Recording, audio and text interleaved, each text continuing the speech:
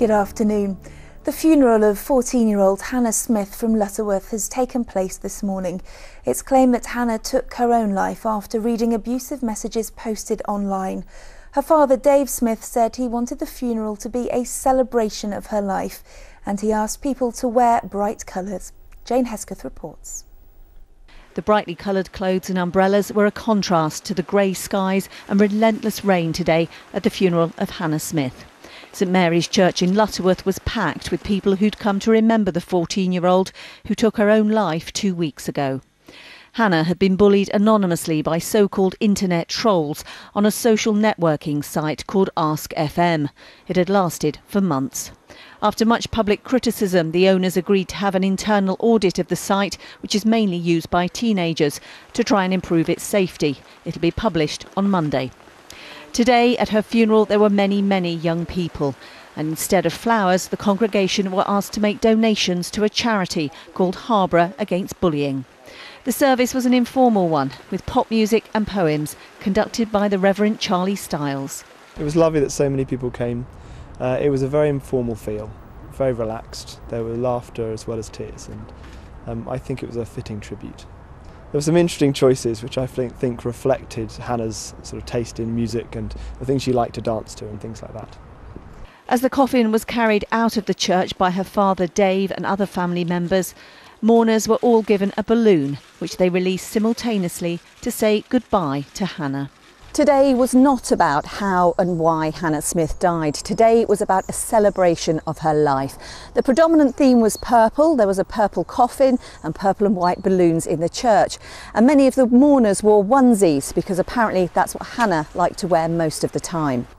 The book of condolence was overflowing with emotion, talking about how funny, how kind and how caring she was. This is a death that has truly affected the whole community. Jane Hesketh, ITV News, Lutterworth. A coroner has ruled that there won't be a full inquest in the deaths of 4 firefighters 6 years ago. Their families say that they're appalled and they may challenge the decision in the High Court. Mandy Bayliss's son Darren Yates badly died in the fire. Julie Reid lost her husband Ian. They died fighting the blaze at Atherstone-on-Stour in November 2007. John Averis and Ashley Stevens also died. 3 fire commanders were cleared over their deaths, and Warwickshire County Council, the men's employers, admitted health and safety breaches.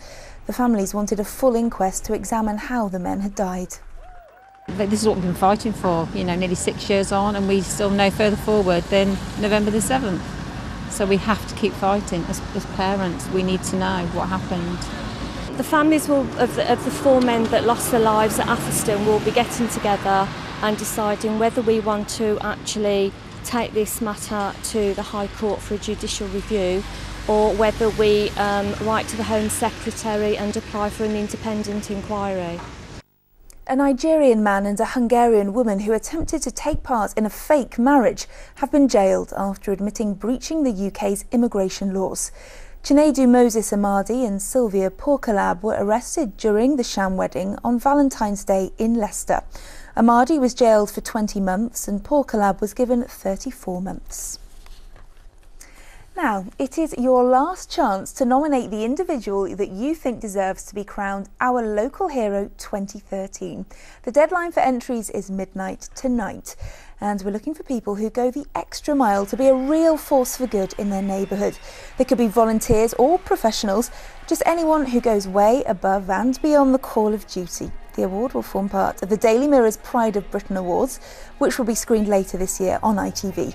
Our local winner will attend the Star-Studded Awards ceremony in London in October, when the overall Local Hero winner for the UK will be unveiled. And you can nominate them by going to itv.com/Pride of Britain.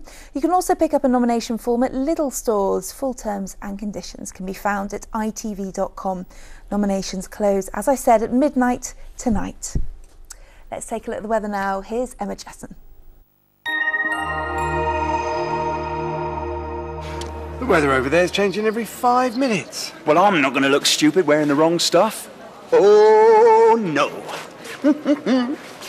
Hello, we had some sharp showers this morning, 12 millimetres of rainfall in Coventry in just 1 hour, and it looks like being wet and windy tomorrow as well. For the rest of this afternoon, there are some heavy thundery storms expected down towards the south of the region. They should develop later. They could give some really hefty downpours as well. They could be up to maybe 20 millimetres or a little bit more of rainfall in 1 hour. Elsewhere to the north of that, it's staying mostly dry, things drying up overnight with light winds. Flybe, sponsors of ITV Central Weather.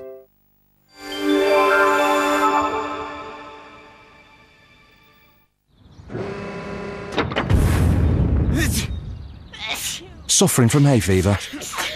ITV Pollen Count is sponsored by Benadryl. So we're into the last couple of days of our pollen report now for 2013. As you'd expect, because the showers will return tomorrow, counts will be low for both today and tomorrow. That's it. Bye-bye.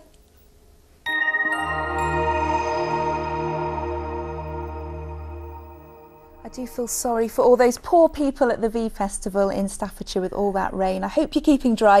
If you'd like to see pictures of that and all our stories today, just go to our website. It's at itv.com/central. I'll be back with Gareth Owen this evening at 6 o'clock, so do join us then. From all of us here, have a lovely afternoon. Bye-bye.